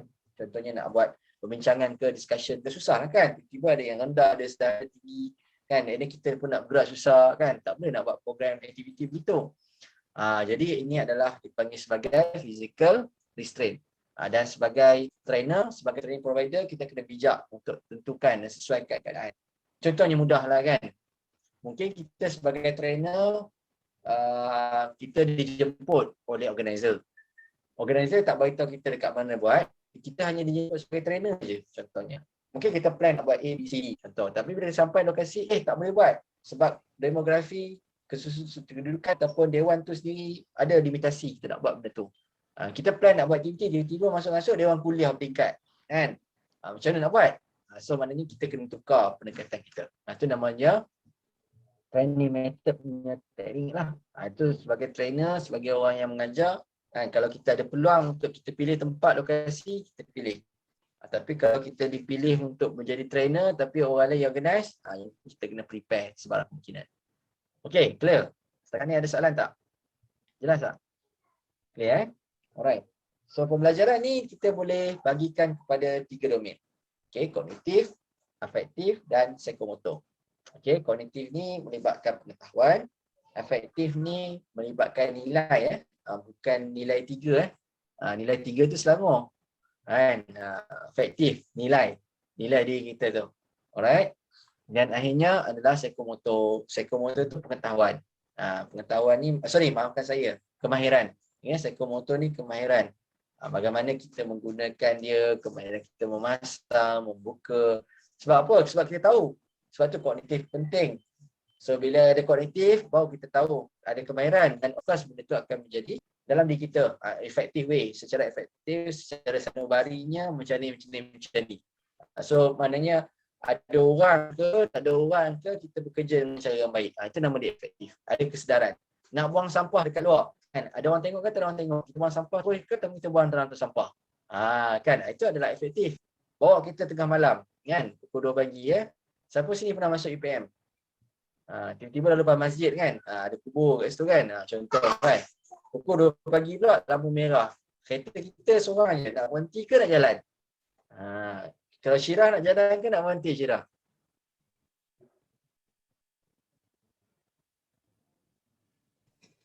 Jalan terus doktor. Benda tu yang akan berkait dengan bagaimana kita bertindak. Alright, so jalan terus. Oh, dahsyat terjalan terus InsyaAllah. Okay, so itu adalah cara macam mana kita tengok dari segi domain training itu sendiri. Dan secara tidak langsung, bila kita buat training ni, kita ada banyak kaedah-kaedah yang kita boleh gunakan. Dan insyaAllah, kesemua kaedah-kaedah ni, okay, kita akan belajar dalam setiap topik. Don't worry. Tapi saya bagi tahu dululah apa yang secara umumnya lah kita akan bincangkan, iaitu dari segi pendekatan kita secara lecture, kuliah. So apa cara teknik pendekatan digunakan dalam kuliah? Dari segi konteks pembincangan kumpulan. So macam mana pembincangan itu berlaku? Dari segi aktiviti, game, macam mana game patut berlaku, kan? Role play ni lakukan semula. Kan, lakukan semula lah kayaknya. Pendek kata, panjang tak kata apa-apa. Pendek kata, lakukan semula. Kan, so kita boleh balik. Alright, nak tunjuk kita faham ke tak? Kemudian kita ada Q&A. Q&A daripada macam soal jawab. Okay, proses pembelajaran tu berlaku soal jawab. kita juga ada case study. Maknanya kita ada kajian case, kita bring kajian case tu untuk dibincangkan. Okay. Kemudian kita ada buzz group. So buzz group ni perbincangan juga tapi dalam bentuk yang lebih efektif. Kita buka dari setiap kumpulan ke setiap kumpulan untuk kita bincang daripada buzz group. Kemudian kita ada debate. Kita ada praktikal. Debate ni berdebate, praktikal kita praktikkan lapangan. Buat tugasan. Itu adalah contoh praktikal. Alright, clear? Okay, ada soalan nak setakat ni? Clear? Okay, so next topik kita akan bincangkan dari segi konteks bagaimana kita lihat training itu berlaku. Okay, so tadi kita dah bincangkan tentang training method. InsyaAllah untuk second topik ni kita akan tengok dari segi need analysis, keperluan latihan. Apa yang kita perlukan di dalam latihan. Okay, alright. So far setakat ni okay tak? Clear tak apa yang saya sampaikan? Ke nampak macam banyak sangat? So far okay tak? Jelas tak apa yang saya kongsikan? Jelas, doktor.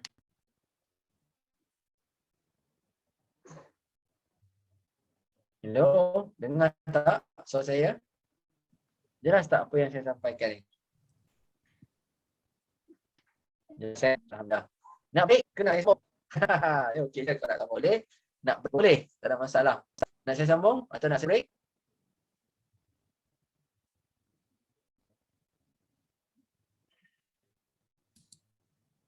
Cepat, saya nak dengar ni. Hello?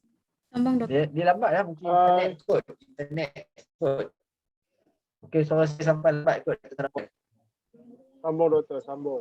Doktor, sambung, Okay, doktor. nak break ke nak sambung ni? Nak break 5 minit. Kalau nak break, saya break 5 minit. kejap, 5 minit. Ini kita sambung. 5 minit. Atau nak sambung terus? Kita sambung Okey, baik, kita sambung. Okey, so Sambung kita break 5 minit lah. Kita break 5 minit. Kita break 5 minit, nanti kita sambung. Kita akan kembali semula pukul 10, pukul 11 Pukul 11 kita kembali. Sorry, maafkan saya. Adalah pukul 11. Sorry, pukul 10. Maafkan saya, pukul 10. 9.55 dan pukul 10. Kita akan kembali semula pukul 10.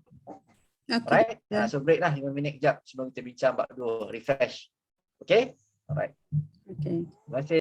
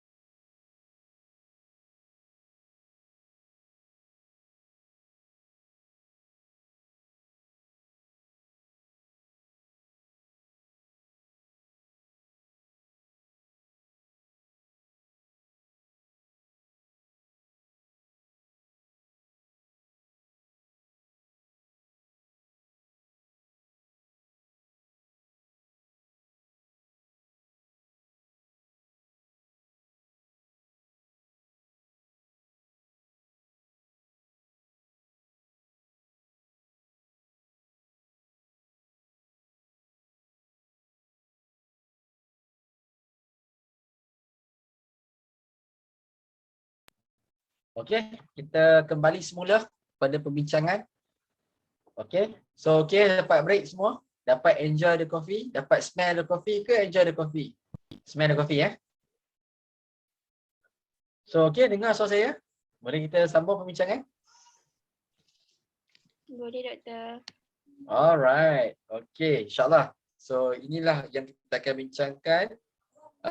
Iaitu topik 2, macam mana kita nak tentukan latihan itu sendiri, dipanggil sebagai training need analysis. Ada setengah istilah dia gunakan sebagai training need assessment.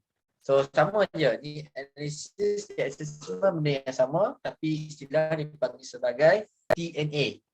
Kalau dalam bahasa Melayu dipanggil sebagai AKL, analisis keperluan latihan. Tolong catat. Dalam bahasa Melayu dipanggil sebagai analisis keperluan latihan. Kalau mak saya kata training analysis. So apakah dipanggil sebagai training assessment ni? Sebenarnya kita nak dapatkan maklumat. Kita nak gather information, kita nak collect maklumat. Yang mana maklumat-maklumat yang ada ni kita boleh tahu apa yang kita boleh tahu keadaan semasa, dan bagaimana kita nak improvekan keadaan semasa ni untuk menjadi lebih baik. Maknanya kita nak letak put it on the standard lah. Kita nak letakkan standard yang baik. Jadi assessment ni basically dia boleh berlaku secara formal. Secara formal ni maknanya kita buat interview, kita buat questionnaire, kita buat survey form, kan? Dan target group kita isi. Ataupun dia boleh berlaku secara informal, indirectly. Waktu kita bincang-bincang, sembang sambil makan-makan, kan? Waktu break tu sembang, kita dengar, oh, rupanya dia macam ni. Rupanya dia macam ni. Rupanya macam ni. Jadi maknanya menunjukkan bahawa ini adalah salah satu pendekatan yang digunakan untuk kita tahu apa yang diperlukan. Kan? Betul kan? Ini semua Allah sayang. Trainer Allah sayang, peserta Allah sayang, organisasi pun Allah sayang, dan semua Allah sayang. Macam itulah. Maknanya dia tahu apa dia nak buat. Kan? Kemudian need assessment juga kita bagi kepada 3 fasa. 3 fasa. Terus catat kan? Fasa yang pertama, kita collect data. Kita collect information. Dapatkan maklumat. Fasa kedua, kita analisiskan dia. Nak tengok mana level tahap dia, tinggi ke, sana ke, rendah ke, dia orang perlukan tidak ke, kan? Dan lepas kita analyse dia, baru kita create training plan. Baru kita buat perancangan latihan. Maknanya 3 proses. Kumpul data, kita analisis data tu, dan kita susun dan kita buat perancangan untuk latihan. Nampak? Ini adalah 3 fasa yang kita akan bincangkan di dalam need assessment ni. Dan need assessment ni kebiasaannya dia tak berlaku secara one way. Dia bukannya kalau survey je tak. Kadang-kadang dia menjadi survey, boleh jadi questionnaire, boleh jadi temu bual, boleh jadi perbincangan bukan formal, dan juga boleh berlaku melalui pemerhatian. Pemerhatian tu juga pun turut membantu kepada keperluan latihan kita. Alright, setakat ni jelas tak kenapa kita perlukan need assessment? Ada soalan tak setakat ni? Tuan-tuan dan puan, ada soalan? Clear tak? Hello, clear tak? Saya rasa mungkin internet saya lambat ni. Clear doktor. Internet saya yang lambat dah sampai kat tuan-tuan dan puan ni. So far clear tak? Clear doktor. Dengar. Cuma lambat. Clear. Alright. Okay, terima kasih. Lambat dah, saya ingat lambat kot. Bagaimana kita nak lihat kepada nak mengenal pasti keperluan latihan ni. Macam mana kita nak determine training needs? Pertama, 3 benda yang kita perlu lihat. Tadi 3 proses, ini 3 tahap. Beza Tadi proses, jadi tahap. Tadi proses, fasa, tahap. Ada 3 tahap. Kita nak buat TNA ni. Catat. Pertama dipanggil sebagai organization analysis. Yang kedua, task analysis. Yang ketiga, individu personal analysis. Apa beza dia? Kalau organization analysis, dia lebih kepada untuk tengok organisasi itu sendiri. Keperluan organisasi itu sendiri. Yang mana organisasi ni kena lihat dari segi konteks, matlamat organisasi itu, financially cukup atau tidak, kan? Fokus itu apa dan apa benefit yang dia akan dapat. Sebab dia akan berorientasikan kepada organisasi secara keseluruhan. Itu maksud dia. Jadi Organizational analysis ni basically dia akan tengok di segi apa? Inventory. Inventory ni maksudnya assets dia ada. Kan? Dia akan gunakan aset semua-semua yang ada. Okay. Succession planning. Perancangan untuk berjaya. Kalau pelan penggantian lah succession planning ni kan. Kalau orang ni berhenti, orang ni pencen, orang ni ditukar, ada tak pengganti dia? So that benda tu juga akan berkait dalam organizational analysis. Maknanya training diberikan kepada this kind of person untuk jadi successor. Kan? Itu maksud dia. Untuk jadi pengganti. Okay? Dan juga dia berkait dengan konteks perancangan jangka pendek dan jangka panjang. Okay? Itu boleh jadi juga. Dan organizational analysis ni juga boleh berlaku secara skills inventory. Tadi staff inventory. Now we talking about the skill inventory. Contohnya productivity, hasil kerja tu bagus atau tidak, ramai tak pekerja yang asyik datang kan, tidak datang kerja, disiplin dia orang kan. Ada tak mereka ni banyak sakit-sakit, macam pengalaman saya di Honda dulu, saya sebelum masuk UPM saya di Honda Malaysia, saya HR di Honda Malaysia kan. Kebanyakan dia orang sakit tulang belakang. Dia jangka pendek ke jangka panjang. So kita kena tahu, pokoknya memang kerja dia orang berat dan kita berdapati kita provide bekung untuk pinggang, dia tak pakai, dia tak pakai PPE. So bila jadi apa-apa sakit, of course benda tu akan back to company kan, company pula tanggung semua tu. Jadi benda-benda macam ni yang kita kena tengok takut jadi tak cost efektif. Lebih banyak pula kan, company dia buat bisnes dia nak untung kan. Tapi kalau tak untung, macam mana dia nak run bisnes, dia nak bayar gaji pun tak boleh. Itu maksud dia. Okay? Benda-benda ni adalah sebagai skills inventory. Benda-benda ni semua terkandung di dalam organization analysis. Kalau kita nak tengok dari segi need analysis daripada organisasi itu sendiri. Okay, clear? Right? Ada soalan tak untuk organizational analysis? Maknanya pendek kata kita buat analisis ni berkaitan dengan apa yang company nak secara keseluruhan. Okay, clear? Ada soalan tak setakat ni? Jelas Okay. Tahap yang kedua adalah dari segi task analysis. Task analysis ni akan berorientasikan kepada kerja individu. Dia perform atau tidak. Macam tadi, dia akan based on organizational punya part. Now, looking on the task itself. Okay, adakah dia boleh bekerja, boleh suit dengan keperluan, meet expectation atau tidak tugasan tu. Okay, dia bukan cerita pasal orang lagi, dia cerita pasal tugasan.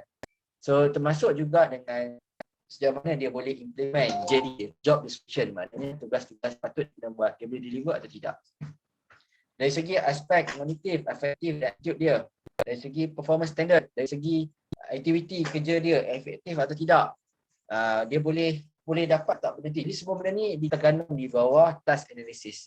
Task analysis ni bukan tengok individu, dia tengok individu tu terhadap tugas yang diberikan, kompeten atau tidak. Kalau dia seorang SU, so dia kena kompeten tak menggunakan Microsoft Word, kena kompeten tak menggunakan pengurusan file misalnya. Kalau itu perlu pada dia, benda tu yang akan dinilai. Kalau dia tak perform, menunjukkan something wrong with that, jadi kena perlu latihan. Itu maksud dia. Disebabkan oleh tugas tu sendiri menyebabkan latihan ni perlu dilaksanakan. Clear tak? Clear? Itu tahap 2. Untuk tahap 3, dia lebih kepada individu. Lebih kepada individu. Individu ni contohnya dari segi sikap dia, cara dia bergaul, dari segi team player dia dalam teamwork kan. So benda-benda macam ni kita boleh tengok dalam konteks individu. Kemahiran komunikasi, kemahiran pengucapan awam. Itu semuanya adalah contoh daripada penilaian tahap bagi individu. Nampak? Beza tak dengan tadi? Beza tak dengan organisasi? So ada organizational analysis, task analysis dan juga individual analysis. 3 komponen di dalam mereka bentuk keperluan latihan. Jadi kita sebagai HR personnel, kita fokus training kita ni untuk individu ke, untuk tugasan ke, untuk organisasi. Nampak? Kalau dia untuk individu, then we go for the personal one, dia punya kompetensi. Kalau nak tengok on the task, and then we need to observe, we need to identify apakah keperluan-keperluan untuk tugasan dia. Contoh, kalau dia bekerja di line operation kan, sebagai operator untuk penyambungan enjin, engine assembly contohnya. So dia kena mahir cara nak masang enjin. Kalau di bahagian welding, dia kena mahir untuk welding. Kalau tak mahir, benda tu perlunya task analysis. secara overall. Okay, dari segi attitude, dari segi performance, secara keseluruhan, sejauh mana benda tu inline dengan vision and mission organisasi. Kalau tak meet benda tu, then kena do something. Okay, itu maksud dia. So, adakah ini tuan-tuan dan puan-puan? Kan, Bombo ni nak selamatkan orang kan? Okay. Tapi Bombo ni nak selamat, jangan lah pula nak selfie kan? Hashtag Abang Bombo lah, hashtag Sifman lah, apalah kan? Bombo ni nak selamatkan dah rumah terbakar tapi nak selfie juga. Tak percaya yang suka buat ni, tanya Deva. Deva suka buat macam ni. Ya Deva? Tak ada saya gula ya Deva Okay, so dalam konteks ni kan, Bombo ni nak selamatkan orang. Okay, Bombo ni nak selamatkan orang kan? Bombo ni nak selamatkan orang. Jadi, of course, bila nak selamatkan orang ni, kan, dia memerlukan keperluan, kecekapan. Adakah Bombo ni cekap untuk mengenai situasi? So, dalam kes ni, dia nak selamatkan orang. Tapi orang pula dia buat macam tu kan? So, dia perlu ada kemahiran bagaimana dia bertugas untuk menangani masalah ni. Orang nak terjun bunuh diri kan? Contohnya. So, macam mana skills yang dia digunakan? Itu semuanya adalah task analysis. Sebab tugas dia untuk menyelamatkan, maka dia perlu ada kemahiran untuk menyelamatkan orang. So, perlukan latihan betul lah. Kan? Dulu saya ada cerita apa, Abang Bombo I Love You. Sampai sekarang saya menantikan filem Abang Pensyarah I Love You. Tapi tak keluar-keluar lagi filem tu. Saya tunggulah tuan-tuan dan puan ni lah yang depan ni jadi producer Alright. Okay. Ada soalan setakat ni? Clear Alright. Kalau ada soalan tanya je. No problem, boleh tanya. Okay, ini adalah jenis-jenis need analysis, need assessment. Okay, so kita boleh tanya, why? Kenapa benda ni dibuat? So, benda ni berkait juga dengan konteks keperluan. Okay, adakah benda ni penting? Adakah benda ni berkait dengan cost and benefit? Okay, why? Dan siapa yang terlibat? Who? Siapa yang terlibat? Who? Okay, so siapa yang terlibat? Who ni dia basically dia akan lebih fokus kepada apa yang sebenarnya yang fokus kepada need assessment ni. Perlu atau tidak benda ni dilaksanakan? Macam mana bentuk pendekatan yang kita nak gunakan? So ini akan menjurus kepada why and who. Okay. Dan how? Bagaimana nak buat? So bagaimana nak buat ni lebih kepada step, proses. Apa yang nak dibuat? Nak buat ni berkait dengan content. Where and when and where, di mana dan bila. Ini berkait dengan lokasi. Nampak? Semua soalan-soalan ni kita boleh gunakan kalau kita buat, nanti boleh guna slide saya ni untuk tuan-tuan dan puan gunakan sebagai guideline nak buat training kan. Kenapa kita buat latihan ni? Siapa yang nak terlibat? Bagaimana nak buat? Apa konten yang kita perlukan? Dan di mana? Bila nak buat? Kan? Awak kena tu lah. Okay, bila nak buat? Okay, bila nak buat? Alright. Setakat ni jelas? Kalau ada soalan boleh tanya Jadi kenapa TNA ni penting? Kenapa TNA ni penting kepada organisasi? Yang penting TNA ni kita nak pastikan bahawa apa yang kita buat, latihan yang kita buat ni mesti selari dengan keinginan target group kita, peserta kita, supaya kita tak wasting time, kita tak wasting resources kan. Okay, benda ni insyaAllah kita akan tengok bagaimana benda ni dimanfaatkan sepenuhnya. Sebab tu TNA ni penting. Jadi TNA ni dia ada 7 jenis analisis. Dalam konteks yang pertama dipanggil sebagai gather information. So kita nak dapatkan maklumat kan. So maklumat apa yang kita perlukan bila kita nak buat tinjauan ni? Pertama, kita kena tengok dari segi aspek pengetahuan sedia ada, kemahiran sedia ada dan juga prestasi sedia ada. Jadi kumpulan sasaran kita. Okey, daripada situ yang akan menentukan keperluan. Yang kedua, background, latar belakang pendidikan dia. Nak tengok dari segi deskripsi, job kategori. Nak tengok dari segi future location. Nak tengok dari segi motivasi. Nak tengok dari segi hubungan antara supervisor dengan co-supervisor. Itu penting juga. Okay. Dan juga skills. Adakah proses pembelajaran itu berlaku di dalam organisasi. Benda ni semuanya penting untuk kita jadikan sebagai asas. Kita tengok apakah conclusion, apakah kesimpulan kepada data yang kita dapat daripada tinjauan. So dari situ kita akan rancang, kita akan create dia ada primary data. Primary data ni maksudnya kita sendiri collect data tu terus kepada target group kita lah ni ya. Secondary data contohnya ada orang buat procurement kan. So procurement tu tengok apa. Jadi benda-benda tu yang mungkin daripada data secondary yang ada, mungkin dah bukan kita buat private, kita ada dua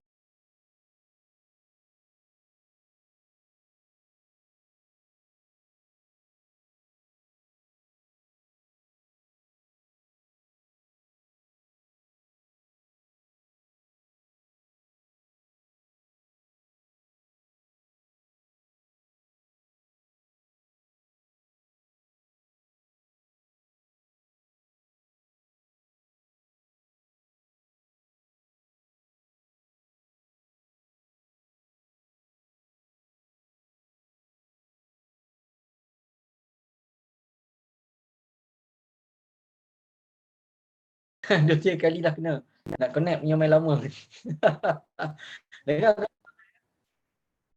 Dengar kau saya? Susah betul lah pakai internet ni kan. Aduh, hai. Di luar jangkaan saya lah.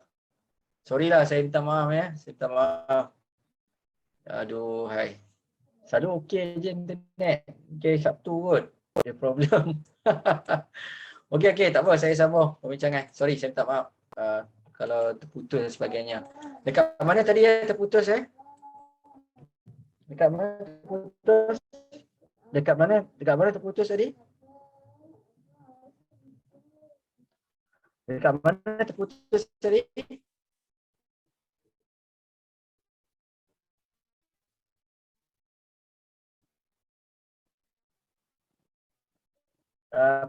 Primary. Hello. Dengar doktor. Saya. Dengar.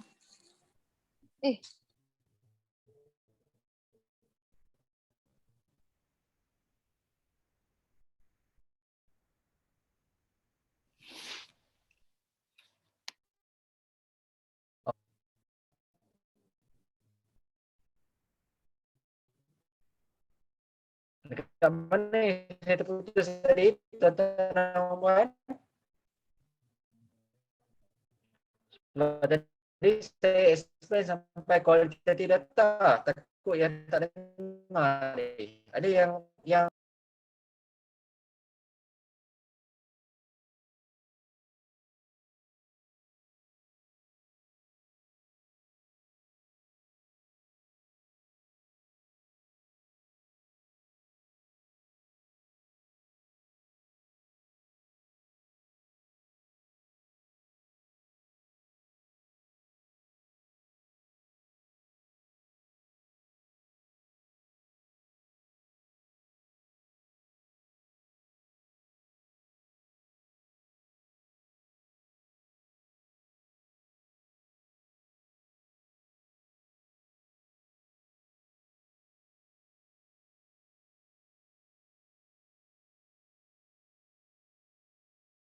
aduh, hai.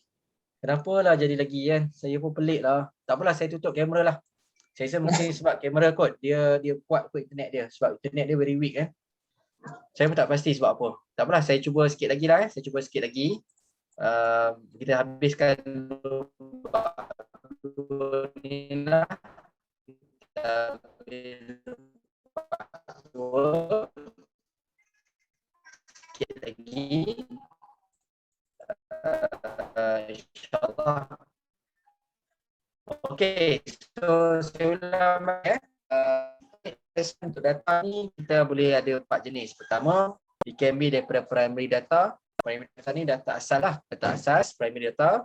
Yang kedua, secondary data, maknanya kita ambil daripada sumber-sumber yang lain lah. Mungkin kajian orang lain dan sebagainya, kita ambil daripada sumber secondary. Kemudian, kita juga boleh dapat data daripada kualitatif itu sendiri. So, kualitatif data ni consider sebagai primary data lah. Kita collect data secara berbual, daripada pemerhatian dan juga daripada document analisis yang kita buat lah. Dan yang akhir sekali adalah kualitatif yang kita dapat. Jadi data untuk need assessment, untuk keperluan latihan. Jadi kesimpulannya ada dua, primary data dengan secondary data. So primary data ni kita bagi kepada dua, iaitu kualitatif dengan kuantitatif data. Okey, setakat ni jelas tak dengan penjelasan saya? Clear? Alright. So bagaimana kita nak cuba untuk overcome problem ni bila kita buat assessment? Pertama, kita kena make sure lah benda ni confidential. Kita tak boleh menggunakan maklumat asal informant ataupun pemberi maklumat tu kita cerita pada orang. Tahu tak, bos you tak best tau. Sebab apa bos you tak best? Sebab dia komen kata kat bos you ni tak hebat, tak terror, tak menguasai, so dia pening, tak boleh nak buat kerja. Tak boleh. Benda tu kita kena rahsiakan. So melibatkan kompetensi individu. Jadi so yang benda tu maklumat yang sulit lah berkaitan dengan tentang kompetensi, pencapaian dan sebagainya. Dan kadang-kadang dia berlaku juga melalui management buy-in. Apa maksud management buy-in ni? Tiba-tiba aja bos kata nak buat macam ni. CEO kata why not untuk 2021 kita fokus kat sini. Di penghujung 2021 kita ubah strategi macam ni. Itu nama dia management buy-in. Jadi disebabkan perubahan tersebut, staff dia tak mampu untuk buat sebab dia tak ada kompetensi untuk tu. Jadi perlukan latihan. Jadi maknanya need assessment ni akan berdasarkan daripada apa yang diputuskan oleh management ataupun management buy-in. Alright, clear? Dengar tak soal saya? Ke putus lagi? Dengar tak soal saya? Dengar doktor. Dengar Alright. Share you all kan, terputus banyak kali. Saya minta maaf Alright, yang ketiga, unwilling employees or participant, maknanya sometimes need assessment ni boleh juga berlaku dalam konteks pekerja dan juga bakal pelatih yang kita nak latih pun boleh jadi juga. Sometimes problem tu berlaku pada mereka. Problem tu berlaku pada mereka mungkin disebabkan oleh kompetensi dia tak sampai standard, so menyebabkan kita perlu untuk latihan tu. Dan of course overcome ni juga berlaku dalam konteks cost. Cost ni kadang-kadang dia melibatkan cost yang aktif dan cost yang pasif. So cost aktif melibatkan contoh dari segi financial, budget yang ada. Cost pasif contohnya mungkin budget ada, equipment tak ada. Budget ada, mungkin trainer tak ada. Kan? Itu juga melibatkan cost yang kita perlu tangani. Alright, dan sometimes juga berlaku dalam konteks interrupt work. Interrupt work ni maknanya contoh, bila orang hantar training ni kan, company yang fikirkan keuntungan dia akan rasa rugi. Sebab apa? Bila dia hantar orang, masa tu ibarat duit. Kan? So bila dia hantar orang pergi training, katakanlah hantar 3 hari kan, maknanya dia dah short production untuk orang tu. Jadi pada dia kata benda tu interrupt. Jadi sebab tu di dalam organisasi, dalam akta kerja, wajib untuk pencarum mana-mana kilang mana-mana kilang kena carumkan untuk pekerja dia untuk HRDF fund, iaitu pembangunan sumber manusia berhad, untuk kita masukkan fund tu. Dia ada percentage staff 1% daripada gaji, majikan 2% daripada gaji. Jadi 3% perbelanjaan bulanan expenses tu gaji dengan upah digunakan untuk contribute deduct untuk HRDF. So HRDF ni maksud je satu tabung yang bagi kita latihan, yang mana kalau company tu nak hantar staff pergi training, dia akan guna tabung tu, duit tu. Jadi majikan dia akan rasa macam rugi kalau tak guna kan, orang tak mau nak kena hantar training. So itu salah satu cara yang untuk pastikan majikan ni hantar staff dia training. Ada company yang tak mencarum HRDF kan, dia nak staff dia bekerja je kan, kalau boleh 24/7 kan, tak boleh macam tu. Okay? So benda tu adalah benda yang perlu kita tangani jugalah dalam latihan, isu-isu dalam latihan. Okey, ini adalah contoh macam mana kita buat ni analisis. Saya ada banyak jenis, ni salah satu contoh lah. Okey, ni salah satu contoh. Basically kan dia ada jenis beberapa level lah. Sama ada you ni memang expert ke, ataupun dia ni advance ke, ataupun bolehlah so-so proficient, at least ada benda yang basic, ataupun benda ni dia tak ada langsung kemahiran tu, dia terbatas, jadi perlukan latihan yang lebih. Jadi benda tu kita boleh buat sebagai rating lah, limited, basic, proficient, advanced dengan expert. Jadi kita boleh susun lah. Okay, kita boleh susun. Kalau kita tengok dekat 5 tu kan, task tu apa? Tugasan apa yang staff A ni buat? Kalau kita ada 7 orang staff, 7. Seorang ni buat apa? Filing. Seorang ni buat apa? Dia buat writer. Seorang ni jaga ISO. Seorang ni jaga file. Seorang ni jaga training. Jadi task tu kita boleh list down. Kita boleh list down kat situ. Okay. Kemudian kita boleh tengok dari segi importance key tu. Okay. Dia ni limited ke, valid ke, important ke, very important. Perlu tak benda ni? Segera atau tidak latihan ni? Kalau dia perlu, very important. Dan pada masa sama juga competence key dia ni limited. Maknanya benda ni perlu buat. Kan? Kalau dia benda ni very important tapi orang ni expert, kita boleh plan. Nampak? Kita boleh plan. Tapi kalau training ni tak penting, not important, dan benda ni limited, perlu tak buat? Tak important tapi benda ni limited, itu pun kita boleh kemudiankan. Tapi kalau benda ni dia limited tapi dia expert boleh buat, so kita boleh tangguh. So itu adalah urgency yang mana yang kita boleh gunakan dan kita boleh mappingkan, dan secara tak langsung kita boleh tahu bentuk training apa yang diperlukan. Kalau benda ni urgent, very important, okay, benda ni very important dan orang tu basic ataupun limited, so maknanya dia perlu. So apa bentuk training yang diperlukan, so list downkan dia. So training agreed ni basically kita boleh tanya balik bos dia lah sebagai HR. Kita boleh double confirm balik dengan bos dia, okey tak training ni, bentuk training ni sesuai atau tidak. Okay, itu adalah contoh cara-cara pendekatan kaedah yang kita gunakan untuk memastikan training itu dapat dilaksanakan, insyaAllah. Alright. Okay, so habis part 2, topik 2. Ada soalan tak setakat ni? Jelas tak? Setakat ni jelas tak? Clear tak? Setakat ni. Jelas InsyaAllah. Alright. So nak sambung part 3? Nampak macam internet dah okey sikit? Nak sambung ke part 3? Nak sambung, saya sambung. Lepas ni ada kelas, pukul 11. Ada kelas tak?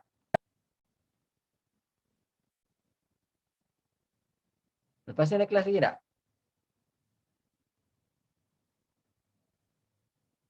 Hello? Dengar tak suara saya? Ke lambat sampai? Hello? Dengar tak suara saya? Ada Dengar kelas tak? doktor. Saya tak ada pukul kelas. Pukul 11 tak ada kelas. Yang lain-lain ada Saya kelas tak tak? ada kelas. Yang lain tak tahulah. Yang lain-lain ada kelas tak? Tak ada doktor. Tak ada Okey, nak saya sambung part 3 ataupun nanti untuk perjumpaan kedua?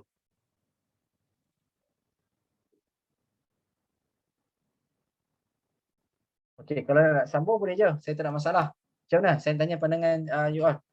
Kalau yang nak sambung, saya sambung. Hello? Terpulanglah doktor, tak kisah. Tapi tak tahu yang Tak lain. kisah? Okey, kalau tak kisah saya sambung sikit lah untuk topik 3. At least kita cover 3 topik hari ni InsyaAllah. Alright, terbaik. So saya cover sikit untuk topik 3. Okey, saya akan share screen sekali lagi. Alright, okey, ni adalah topik 3. Macam mana kita buat objektif untuk latihan kita.